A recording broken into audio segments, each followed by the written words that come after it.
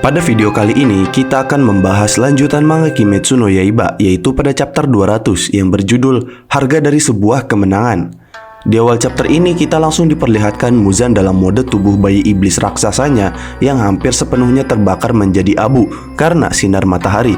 Dan di sini dijelaskan bahwa setelah Muzan hangus terbakar, musuh pun musnah. Sebelum kalian melanjutkan video ini, ada bagusnya jika kalian klik tombol subscribe dan nyalakan notifikasinya agar kalian mendapat info terbaru dari video kami.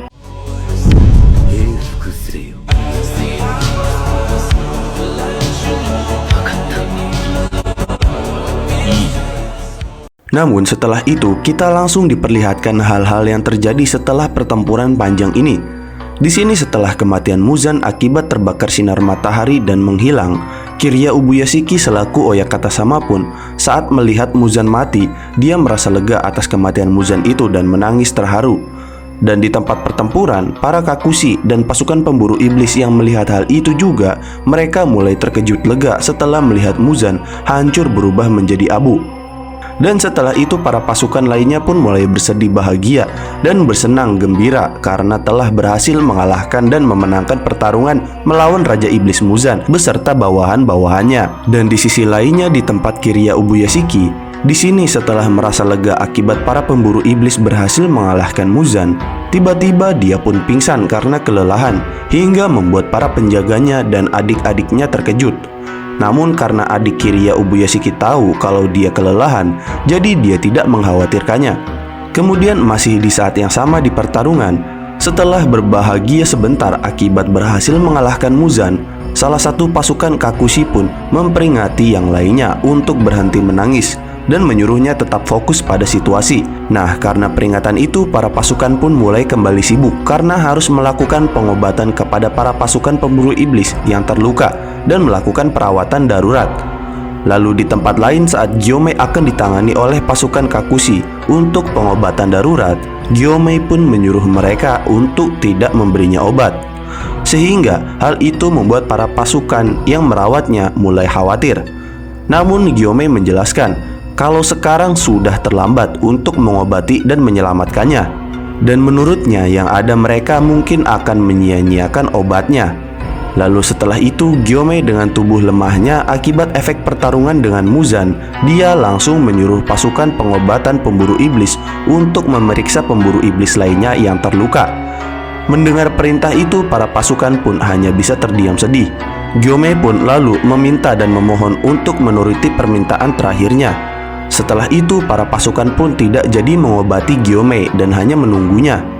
Dan di sini tiba-tiba Gyomei langsung masuk ke alam bawah sadarnya, di mana Gyomei melihat bayang-bayang murid-murid asuhnya di masa lalu. Yang mana di dalam bayangan Gyomei, murid-murid asuhnya tersebut bersama-sama meminta maaf kepada dirinya soal tragedi iblis yang menyerang tempat mereka.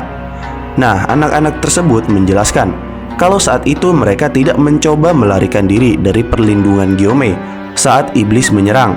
Namun mereka hanya ingin melindungi Gyomei karena Gyomei tidak dapat melihat. Karena itu pada saat iblis menyerang, mereka pun berusaha pergi keluar untuk mencari peralatan untuk dijadikan senjata melawan iblis. Dan anak-anak lainnya juga pergi kabur untuk mencari bantuan. Namun sayangnya mereka telah dibunuh terlebih dahulu oleh para iblis. Lalu setelah mendengar penjelasan murid-murid asuhnya itu, Gyomei pun mulai memahaminya. Lalu anak lainnya pun menjelaskan lagi. Dia meminta maaf juga karena telah mengusir Kaigaku pada saat itu sebelumnya. Namun menurutnya itu semua ada alasan di baliknya.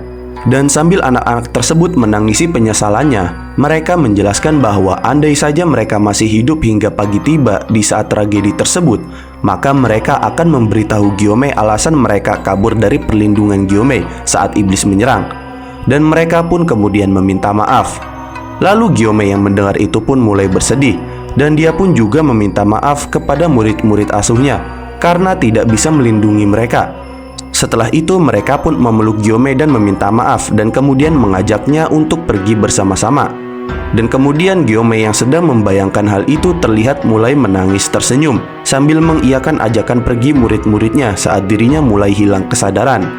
Dan sesaat setelah itu, para pasukan yang berada di samping Gyomei pun sadar bahwa Gyomei sudah mati dan mereka pun mulai bersedih. Lalu di sisi lain lagi, di sini terlihat Mitsuri yang terlihat lemah sedang dipangku oleh Obanai dengan diselimuti jubah kimono Haorinya untuk menutupi luka tangannya yang putus. Setelah itu, di sini Mitsuri yang baru sadar setelah pingsan, dia pun bertanya tentang pertarungannya dengan Muzan. Obanai menjelaskan bahwa para pasukan iblis telah menang dan Muzan telah mati. Mendengar itu, Mitsuri merasa lega dan dia juga berkata bahwa dirinya mungkin akan mati karena sekarang sudah tidak lagi bisa merasakan sakit. Namun Obanai juga berkata hal yang sama, kalau dirinya juga sepertinya akan mati. Sehingga menurut Obanai, Mitsuri tidak akan kesepian lagi. Dan pada saat itu pun Mitsuri mulai bersedih. Mitsuri pun memohon kepada Obanai untuk jangan mati mengikutinya. Dia juga meminta maaf karena merasa dirinya tidak terlalu berguna di pertempuran. Namun Obanai pun menyangkal hal itu. Dan lalu di sini mereka pun mulai membicarakan awal pertemuan mereka sebagai pemburu iblis. Dan di sini Obanai juga mulai mengungkapkan perasaannya kepada Mitsuri karena sifatnya yang baik. Mendengar hal itu, Mitsuri pun langsung menangis bahagia dan menjawab ungkapan perasaan Obanai tersebut dengan bahagia sambil juga mengungkapkan perasaannya terhadap Obanai. Dan Mitsuri juga berharap jika mereka terlahir kembali sebagai manusia suatu saat nanti, Mitsuri ingin Obanai menjadikan dirinya sebagai istrinya di kehidupannya kedua. Mendengar hal itu, Obanai pun menyetujuinya sambil menangis terharu. Dia juga berkata kalau dirinya pasti akan membuat Mitsuri bahagia dan melindunginya agar tidak mati. Lalu di sisi lain lagi, di tempat Sanemi, di sini langsung diperlihatkan alam bawah sadar Sanemi yang sedang pingsan. Yang mana di tempat gulap gelita, Sanemi sedang melihat dari jauh adik-adiknya yang bahagia di rerumputan bunga. Tapi tiba-tiba dia bertanya-tanya mengapa ibunya tidak ikut bersama adik-adiknya tersebut. Lalu ibunya tiba-tiba berkata kalau dia memang tidak bisa pergi bersama mereka. Kemudian sambil menggandeng ibunya menariknya agar ibunya bisa pergi ke tempat adik-adiknya bersama Sanemi, ibunya pun tetap menolak karena dialah yang telah membunuh anak-anaknya sendiri dan tidak pantas pergi ke surga menurutnya. Mendengar hal itu, Sanemi pun memutuskan untuk mengikuti ibunya sambil tersenyum kemanapun dia pergi dengan alasan bahwa Genya mungkin akan sedih jika dia tahu kalau Sanemi dirinya pergi begitu cepat. Namun saat ingin mengajak ibunya ke neraka bersamanya, ayahnya pun Sanemi muncul dan melepaskan genggaman tangan Sanemi terhadap ibunya dan mendorongnya hingga terjatuh karena dia akan ikut bersamanya. Dan ayahnya juga menjelaskan kalau Sanemi masih belum bisa pergi kemana-mana dan dia harus bersyukur karena Sanemi adalah anaknya. Setelah itu Sanemi pun sadar kembali dengan tubuh yang sedang diobati. Lalu untuk Inosuke dan Zenitsu, di sini Inosuke yang sedang diobati tiba-tiba menggigit perawatnya dan memuntahkan darah hingga membuat yang lain terkejut. Dan Zenitsu, dia hanya bisa terlihat menangis dan menghayal dengan berkata kalau dirinya akan mati dan Nezuko adalah istrinya. Sehingga hal itu membuat para Kakushi, pasukan yang mengobatinya, merasa kerepotan. Namun untuk di tempat Tanjiro, di sini terlihat Gyu yang menuju Tanjiro langsung dihadang pasukan karena Gyu masih terluka dan belum diobati. Akan tetapi di sini Gyu tidak peduli terhadap pengobatan dirinya dan tetap bertanya bagaimana keadaan Tanjiro. Dan saat Gyu melihatnya, dia pun langsung terkejut sedih saat melihat Tanjiro sudah tertunduk tidak bergerak dengan tangannya yang putus dan pedangnya yang patah.